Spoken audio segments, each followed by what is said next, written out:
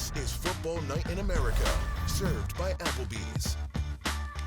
Welcome inside the studio, here to break down week 2 with you, Maria Taylor, alongside Mike Florio, Devin McCourty, and Jason Garrett. And let's start with a dominating performance, and it has to be Micah Parsons and what the Cowboys were able to do to the Jets. But it was a stat sheet stuffer, I would say, for Micah. There was nothing that he didn't do on defense, and it was impressive in week 2. Incredible.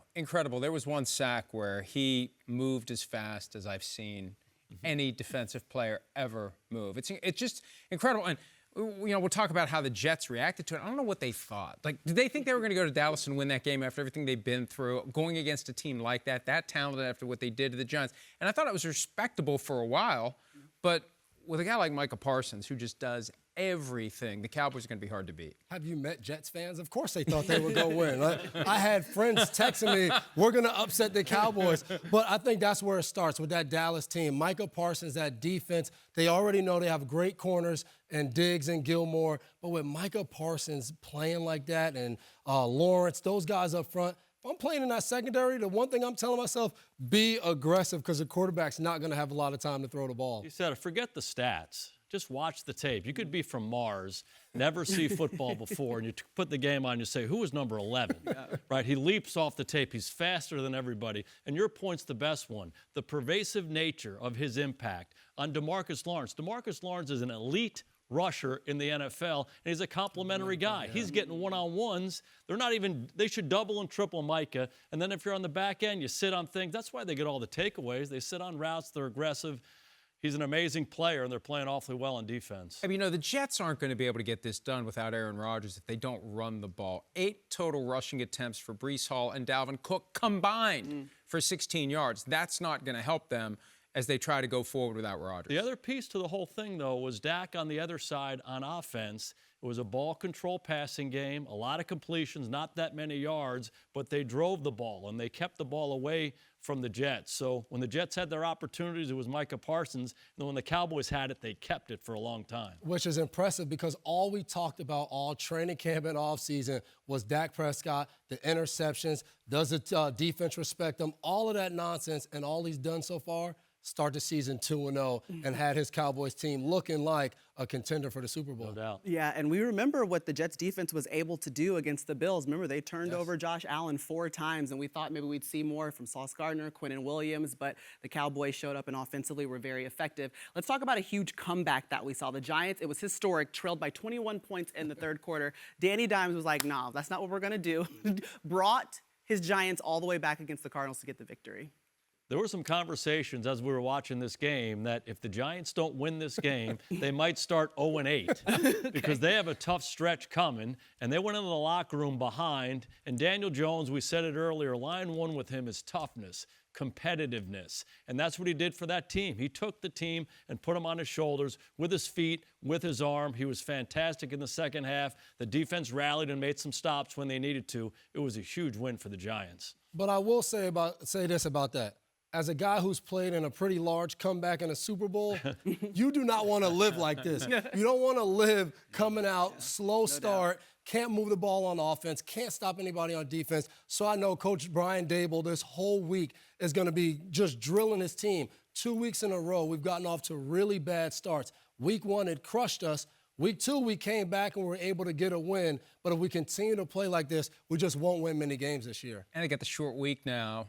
49ers on Thursday night, Saquon Barkley with the ankle injury. We still haven't seen anything definitive, but you're expecting a lot to turn it around in 4 days. That's one of the problems with short week football. Maybe if it was Sunday, he could play. Thursday night, less likely. It's going to be harder to keep this going against the 49ers. And even if Barkley was 100%, they're going to have their work cut out for him against the 49ers on Thursday night. So they're going to enjoy this one is what you're saying. Enjoy it. They don't have a lot of time, but they can enjoy it for now. Let's walk through an overtime game that we saw, because we saw a couple of them in the 1 o'clock hour. But the Seahawks and the Lions, that was the most fun I've seen in a long time. Geno Smith, 328 yards passing. Remember, they came into the Lions. They all had the ski mask on because they're trying to be the villains. And the Seahawks came in and stole the game away, but they were led by Geno Smith.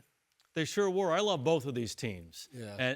And the defenses for both the Lions and the Seahawks, they're getting better. But let's make no mistake about it. It's about their offenses. The quarterback play was outstanding today. Goff hadn't thrown an interception in 350-plus throws. He threw a big one today that they took back, but he didn't blink. He came right back. But the story of the game was Geno Smith in overtime, made a ton of plays, and the Seahawks are for real. They got a lot of weapons on offense. Big going into Detroit and get that win. And I love both these quarterbacks. Goff, Geno Smith, resilient. You know, we've been talking about these two guys so much. Careers almost ended. This team doesn't like them. This offensive coordinator does. But they continue to just show up and perform for their team. Yes, for Geno, it didn't go well week 1. But that's nothing to him. He's like, I've been through a whole bad season before, 2 seasons. And they just continue to come out and help their team win. And watching Seattle, watching Tyler Lockett, 2 touchdowns today, has continued to just be a playmaker for that team.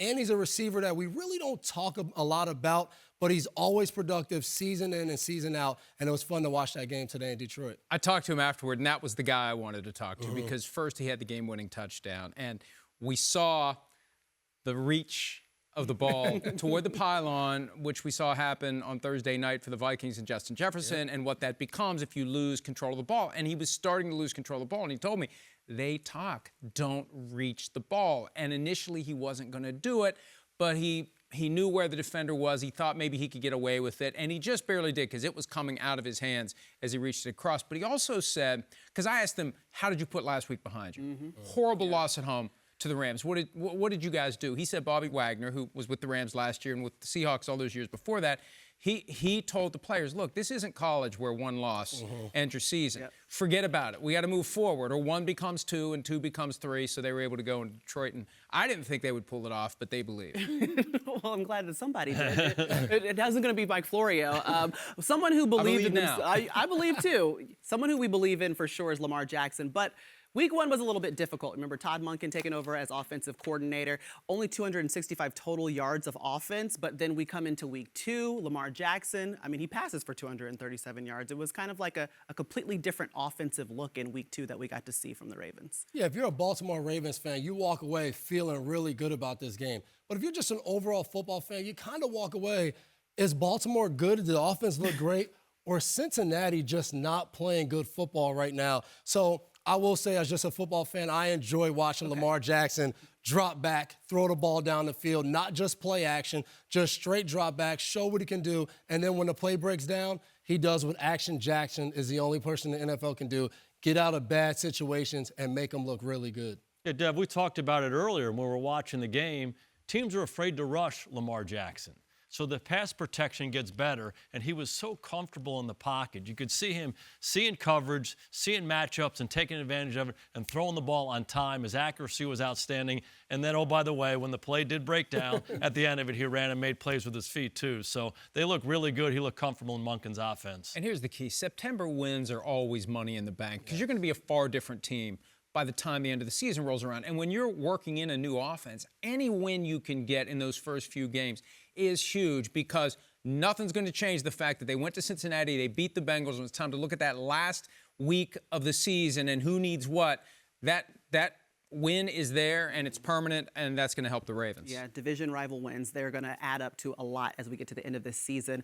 But let's talk about what it means to bounce back, because Josh Allen and the Bills might be the definition of it. I mean, we watched them on Monday night. Allen had 4 turnovers, did not look good. It was just a nightmarish performance. You would hate to have to go through that week 1. But on the flip side of that, completely revitalized Buffalo Bills, and they get the win against the Raiders, look like a completely different team. Yeah, and it looked a little shaky early. The Raiders scored on the first drive. The Bills went 3 and out. But I talked to Josh Allen, and he said they spent the whole week doing a deep dive into what happened against the Jets. He worked closely with head coach Sean McDermott to just get back to the basics. That's what people wanted to do, just run the offense. He distributed the ball to 9 different receivers. They had over 120 rushing yards from James Cook. Their defense played well. He heaped praise on all these other folks who stepped up, complete team effort, and that's what they can do. 38-10 blowout. And, you know, the Raiders were a team that some people thought could go in there and win, so the Bills established themselves a little bit after what happened last week. I love the narrative. It's a great narrative. I don't think it's true. Which one? The narrative you just shared with us. The best thing about Josh Allen's performance for me was this guy, it was a disaster performance. He came back and he kept slinging it. So this idea that all of a sudden he changed the way he played, they evaluate, Watch the highlights. I mean, he's on his knee. He's flipping the ball like this. He's running over here. He's throwing it over his head. He threw 4 touchdowns. 2 or 3 of them were miraculous Josh Allen-type plays. So he didn't change that much, but I do think he understands a little bit more that his defense is good. He can spread it around. He doesn't have to do it all. And if he continues to learn that lesson, to me, Buffalo can play with anybody. But I feel like he was looking for a 21-point play in the playbook on Monday night. No doubt. I agree with that. And it's a fine line between staying within what your God-given skills are, and they're incredible, and going a little bit beyond it. And it felt like he reined it in just enough. And he did what he was able to do. On Monday night, he was just trying to do too much. Yeah, no doubt. Think about this as a stat. His average pass play today, 5 yards. That was where he was throwing the ball. It wasn't a bunch of shots. Coming into the game, I thought he would be, hey, let's give him 3 or 4 designed deep shots to kind of make him feel good and not feel like he needs that 21-point play. But he came in today and he said, you know what? I'm going to take the short passes. I'm going to do what I have to do, but I'm still going to roll around, fake like I'm going to run, stand back up, which, again, next week those plays might not go the same, and we could be back at this desk saying Josh Allen can't do that. But at least he did, for the most part, say, hey, I'm going to take what the defense gives me and just use a little bit of my flair to take advantage of that. I coached Tony Romo for 10 years. Yes. and so one of the things we always talked about was you can never take the Romo out of Romo. Mm-hmm. We got to reel him in. We got to make sure he's disciplined on some things. But you never want to take the essence and the spirit of the player out of him. And I thought the Bills did a good job of that this week. They did reel him in. He did make better decisions, but they didn't take away the essence of who Josh Allen is. He showed up. He was fantastic. And I love that he deleted Twitter and Instagram from his phone and watched YouTube videos all week on poker, and he's ready to join the World Series. He's ready to start gambling. He's going to come back now. That's how you block out the noise, absolutely. But, the Raiders, they'll be trying to bounce back after week 2. We will have them on Sunday Night Football. They'll be taking on the Pittsburgh Steelers, and it'll be their home opener. But for now, let's go over to Matthew Berry for the DraftKings crowning moments. Matthew? Thank you, Maria. All right, so these are actual bets that people placed at DraftKings Sportsbook that paid off today in a big way. Some better put, this is a weird one now, $11,085, a very specific amount, on the Cardinals to be the first one to score in their game against the Giants. That was at plus 120, paid over $24,000. Another bettor put $200 on all teams to score a field goal in the 1 p.m. Eastern games on Sunday. And yes, at plus 1,500, that paid $3,200. And then someone else, this one's not too bad, $15. This one makes sense to me. $15 and Devontae Adams to be the first to score a touchdown. That was plus 5,500. That person turned $15 into $840. DraftKings Sportsbook is an official sports betting partner of the NFL, and new customers can bet $5 and get $200 in bonus bets instantly. Just download the app and use promo code SNF when you sign up. DraftKings Sportsbook, the crown is yours. All right, guys, it's time for a lightning round. And, this is word association. So I'm going to say something and just the first word that pops into your head, okay? And you can't say great, and you can't say culture, and you can't say moxie. Word or words? Word. Oh, okay. Maybe you can describe why, though. Okay, we'll start with you, Florio. Chiefs sparked by returns of Jones and Kelsey. Well, not surprising when you have your best players. Is that few enough words? Not surprising. Not surprising. Okay. Not surprising at all. Not with Chris Jones. In only 35 snaps, wreaking the havoc that he did. I didn't realize he was on a pitch count. Every time I look up, he's making a play. It's incredible. I'm going to go right here. Mahomes says, I want my baby back. And he gets Kelsey back. Okay.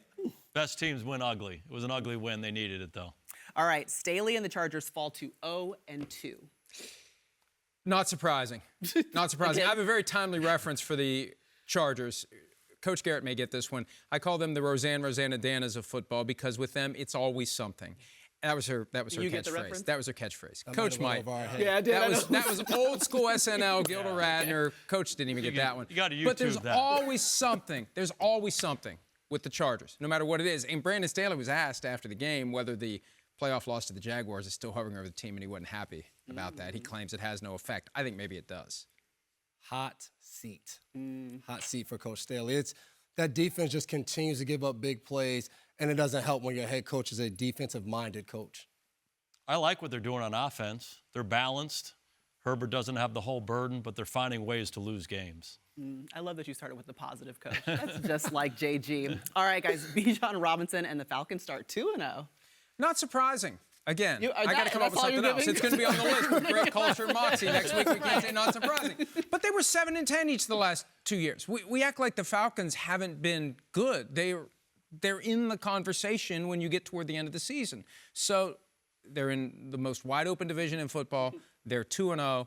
They're riding Bijan Robinson, and it's smart. And I think they're going to continue to be in the mix because they don't have a very difficult schedule. Yeah, remember when Jamal Anderson was in Atlanta? They was doing the dirty. Bijan Robinson, he has the Dirty Bird back. So 7 on. I love it. I'm going with Dirty Bird that's my word association. You know, the NFL is all about winning in the fourth quarter. 70% of these games are one-score games, and they beat Carolina by 1 score, and they come back and they beat the Packers. They played well at crunch time. Bijan's going to be their star. Still have some questions about Ritter. They can't put too much on him. Okay, Baker and the Bucks moving to 2-0. I'm not going to say not surprising. I am surprised by this one. I am surprised because they led us to believe that Baker just didn't have it. It was so close between him and Kyle Trask. Like, if Baker is the guy that we saw in 2018 and 2020, you know, his career got thrown off in 2021 with the shoulder injury. Last year was so weird. I thought he still had it, but I was starting to wonder maybe he doesn't. But he's still got it. They love him there as a leader. He's the right guy for a team that needs a chip on its shoulder. You know, all the talk about Tom Brady's gone, you're going to stink now. They're embracing that, and they're running with it. Mike Evans said he is the perfect leader for this team, and off they go. I'm going to piggyback off that. Pay Mike Evans. He's showing up, and I know Baker's playing well, and that's great. But the prime reason, he's throwing the ball to Mike Evans, and Mike Evans is making plays. Mike Evans is a star. He's been a star for a long, long time. And what a security blanket for a guy like Baker Mayfield. You know, for quarterbacks just to be able to chuck the ball up there to a guy who's bigger and faster than the guy who's guarding them. He made a ton of big plays for him. Just keep riding that train, and they have a chance. There's a long way to go for the Bucks, but it's certainly a good start. I asked Evans after the game about his contract because as of the day before week 1, the plug was pulled on any negotiations, and I said, are you willing to talk contract if they come to you? He said, I'm not talking about my contract until I get one. I like it. Yeah, 171 yards receiving, though, in week 2, so come talk to him. What about Justin Fields' performance through 2 games? Not Jalen Hurts. You know, I thought maybe he could do what Jalen Hurts did last year. Year 3, develop as a passer, run the ball. It just feels like something is off with that Bears offense. And look, they hung around. They didn't give up, but they need something. And they've got the Chiefs this week, so it may take a couple more weeks before they find it. Let's just have some patience. I think, you know, last year Fields didn't get off to a great start. They did some things differently offensively. He ran more. Then he had a great year. And I know the first 2 weeks hasn't gone well for him. But You said great. Oh, yeah. You're right. Carry on. But I will say, in Chicago, let's have a little bit of patience. They're not a real good team. So you hear me use this word a lot, burden. I mean, he's a young quarterback. He's still developing as a passer. He doesn't throw it great from really well from the pocket right now. But he has to do too much. The difference between Jalen Hurts is much further along as a player, but a really good offensive line, a really good defense, weapons outside. Chicago's not there, so he has to do too much, and his issues show up as these games go on. JG's always going to give you a little positive spin, okay? Justin Fields, call him if you want to be pumped up. Sean Payton's Broncos are 0-2. Don't look at the schedule because these were 2 gift-wrapped home games, winnable games. It gets a lot harder the rest of the way, and it's going to be a long year potentially for the Broncos. This started off with Sean Payton talking about Nathaniel Hackett, and now it's just not going well. It's almost like, let's just be quiet, and we should have been quiet, but now all eyes are on, and 0-2. And like Florio said, it could be getting worse. I'm going to be positive on this one. Okay, you think? They weren't real good last year. And so this is a big rebuild. It's not quite the rebuild that some of the other organizations are, but he's got to rebuild his quarterback. Russell Wilson, disastrous year last year. There's a lot of holes on that team. It's not a dominant defense anymore, so they got to bolster that. They got to get the pieces around Russell Wilson going. The opportunity last year to start off, last week to start off with a win against the Raiders, that slipped by. They were up big today. That slipped by. So they need to cash in on these opportunities, but it's a long way to go. It's a long rebuild for them, and there's still a lot of football to be played. Guys, we are really going to have to work with word association because you guys were just giving me very long statements and paragraphs, and that's okay. And we're not going to use not surprising anymore. No, we're going to work on that. Every week is going to be another word. Exactly. Okay, week 3, we've got some work to do. We're going to get better, and we'll try the word association game again.